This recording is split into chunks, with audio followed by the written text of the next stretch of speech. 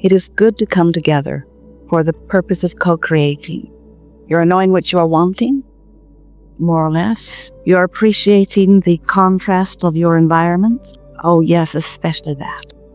Especially that. You're coming to realize that the contrast or variety from which you choose helps you to decipher and to discern and to come to conclusions. That all of this contrast helps you to focus your desire. And you know that even if you don't speak your desire in words, you usually do, but even if you don't, you know that whenever you know what you don't want, the equivalent, what you do want, is born from that and is known by source. You just can't be someone living life and sifting through life, observing and having experiences without constant preferences being born. And those preferences that are born, they are the leading edge. They are the furthest most creation, because just to want it is a creation of it. Do you get that? Just to want it sends it forth from you vibrationally. And it is so significant that you are here willing to dive into the contrast and give birth to desire and give birth to those desires. That when a desire emanates from you vibrationally, the larger part of you embraces it and literally, vibrationally becomes it.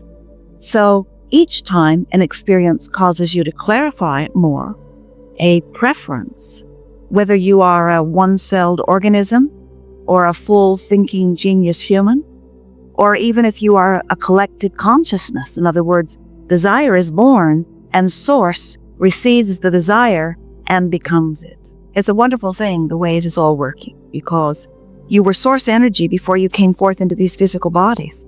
Many of you realize that. You refer to that place from which you have come as source often.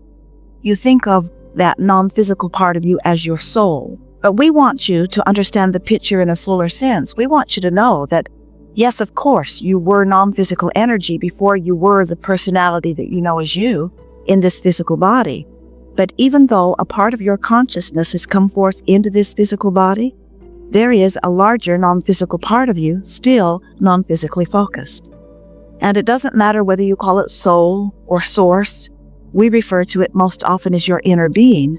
That vibrational part of you, that solely vibrational part of you, is vibrationally available to you at all times. So here you are in your physical body, also a vibrational being, although you often don't think of yourselves as vibrational. Now you are here so fully functioning as physical beings.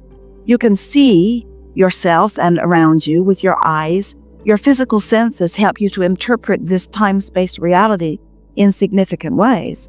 And so you often forget, even though all of that seeing and all of that hearing and all of that feeling and smelling and tasting and touching, all that physical tactile beingness, every bit of it is vibrational interpretation, but you're so good at it. You don't say, I think I will vibrationally view you. You say, I see you with my eyes.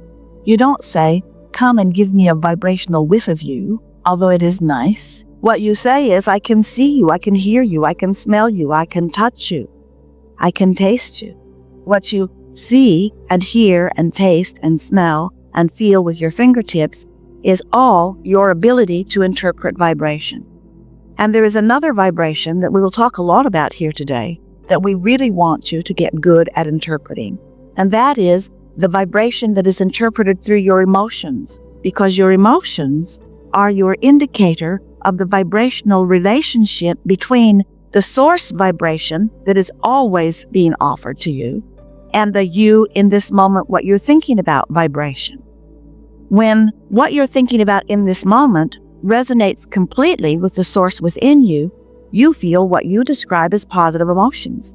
Feels like joy, feels like eagerness, feels like love or appreciation. But if what you are focused upon in any moment doesn't resonate with the source within you, then it doesn't feel good. That's what hate feels like. That's what disappointment or fear feels like. In other words, the better you feel, the more in sync you are with your broader perspective. And the worse you feel, the more out of sync you are. Now, we acknowledge that it takes a little bit of time to get a handle on your emotions, because Most of you have trained yourself apart from them in the sense that you know you have them. It's just that most people that you know, maybe even you, do not use your emotions to guide yourself, which seems sort of crazy to us because it is your emotional guidance system, and you came forth understanding that it would always help you to know whether in any moment in time, which is where all of your power is, you are up to speed with all that you have become or not. Here's how it works. You were source energy, part of you came forth into this physical body. While in this body, you sift through the contrast. You know what you don't want, which causes you to know what you do want. And when you offer those rockets of desires, the non-physical part of you embraces and becomes that newly decided intention that you set forth. So that means, because of the life you've lived, the non-physical part of you has expanded to a new and improved preference. When someone's rude, you want them to be nicer. When you are rude, you want to be nicer. When you don't have enough of something, you want more of it. If you are sick, you want to be well. All day, every day, you are sifting through the contrast and coming to new conclusions of what would be better.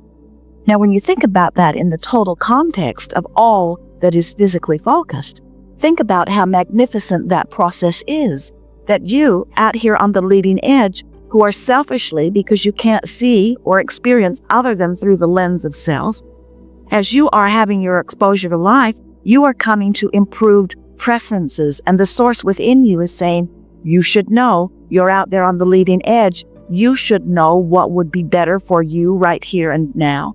And as you offer that vibration, non-physical goes to that farther leading edge place that you have come as a result of your life experience and holds that vibration until you offer another and another. So you could say that the source from which you have come is keeping up moment by moment with the expansion that you carve out of this physical time-space reality, just as you and we all knew it would be. But sometimes, after you have caused an expansion of who you are, you don't go.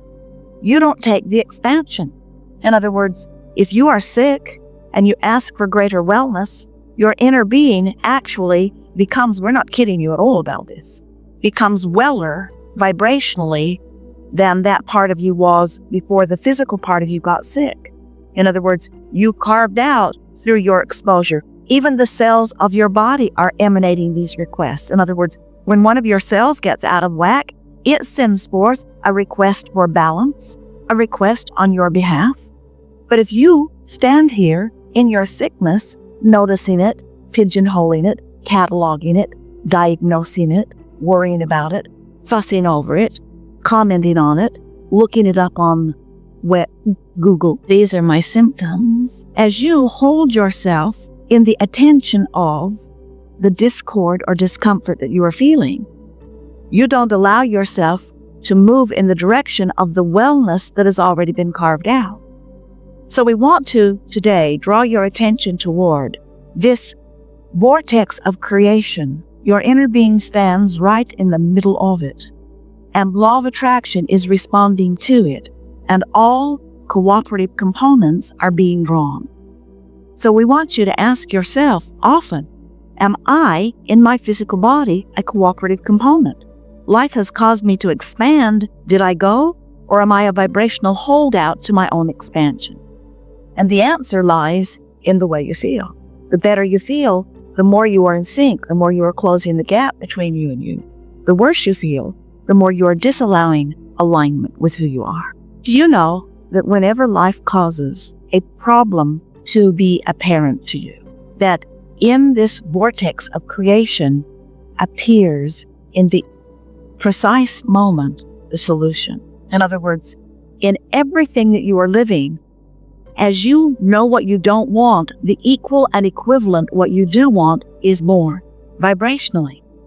And we just want you to know that when you have a question, there is an answer there. When you have a problem, there is a solution there. When you have a need, there is a supplying of it there. In other words, everything that you live is causing you to ask, and when you do, it is given immediately. It resides in your vibrational vortex of creation. Again, the question is, where are you in relationship to your vortex? So here's this spinning vortex. If you're over there in despair, you're nowhere near it, And the vortex will not take you in as a cooperative component. You're uncooperative in your fear or in your anger or in your resentment. You're uncooperative in your feeling of disempowerment. If you are frustrated or overwhelmed, you're closer to the vortex, but you are not close enough to be drawn into it. You know where the line is where that vortex can reach you on the emotional scale? Is somewhere between hope and believing.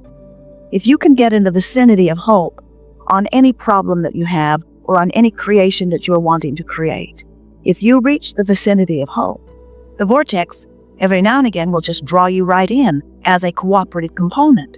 And when you get in there, you will see, you will know, you will feel, you will have the belief, because right before you will be the apparent manifestation. In other words, when you're in the vortex, that's when the solution is known by you. If you are outside the vortex, you cannot know. You must be vibrationally up to speed with the solutions you seek before you can even see them. So if you're saying, I've wanted it for so long and I cannot find my way to it, a more accurate thing to say would be, I've wanted it for a long time, and because I've wanted it so long, I have created a vibrational masterpiece in my vortex of creation.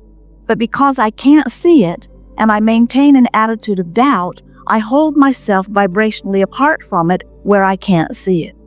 So actually what you're saying, if you really want to be accurate, is, I can't see it because I keep saying that I can't see it. I can't find it because I keep feeling that I can't find it. I can't find it because it's lost. I can't find it because I'm not worthy. I can't find it because I'm not smart. I can't find it because I'm resentful. I can't find it because I'm so sick of not finding it.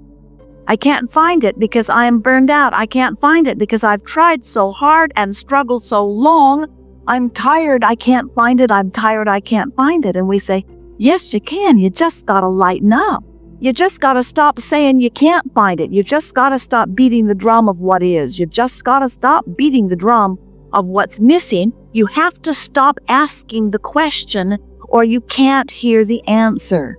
Because the vibration of the question and the vibration of the answer are two different vibrations. The answer's in the vortex, the question isn't. The problem's not in the vortex, but the solution is. Are you getting the sense of this? You've got to adjust yourself vibrationally to get into the vicinity of what you are looking for before you can see it. Many say, well, that's a bummer. If I was in the vortex, I'd already be happy. You mean I have to feel like I've got it before I can get it? And we say, yes. And you say, then give it to me. Then give it to me and I'll feel like I've got it. But it's very difficult for me to feel like I've got it when I don't have it. And we say, there you go again. You're focused upon not having it.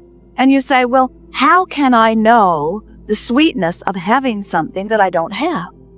And we say, are you completely rooted in what is? Can you only look at what is? Or do you have the power to remember, the power to imagine? Or better still, do you have the power that the source within you has, that when you know what you don't want, an equal and equivalent what you do want is born? In other words, don't you know in a more acute way that you want to be well when you are sick than any other time? Isn't that when wellness really focuses within you? And if you could ride the rocket of wellness rather than drag yourself around in the probing and poking of the illness, you would be weller after you were sick than you were before you were sick every single time. So, we are eager to talk with you about anything that is important to you.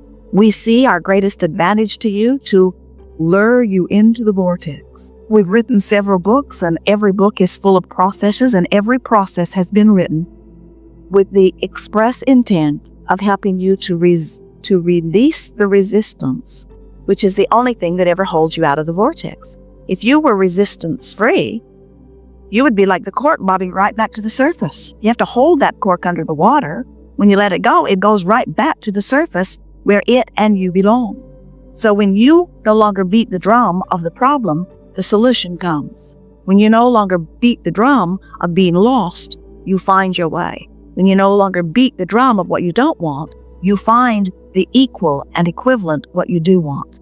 These are the laws of the universe, and they are working for you. You've just got to work with the laws. You can't buck your own current and get to where you want to be.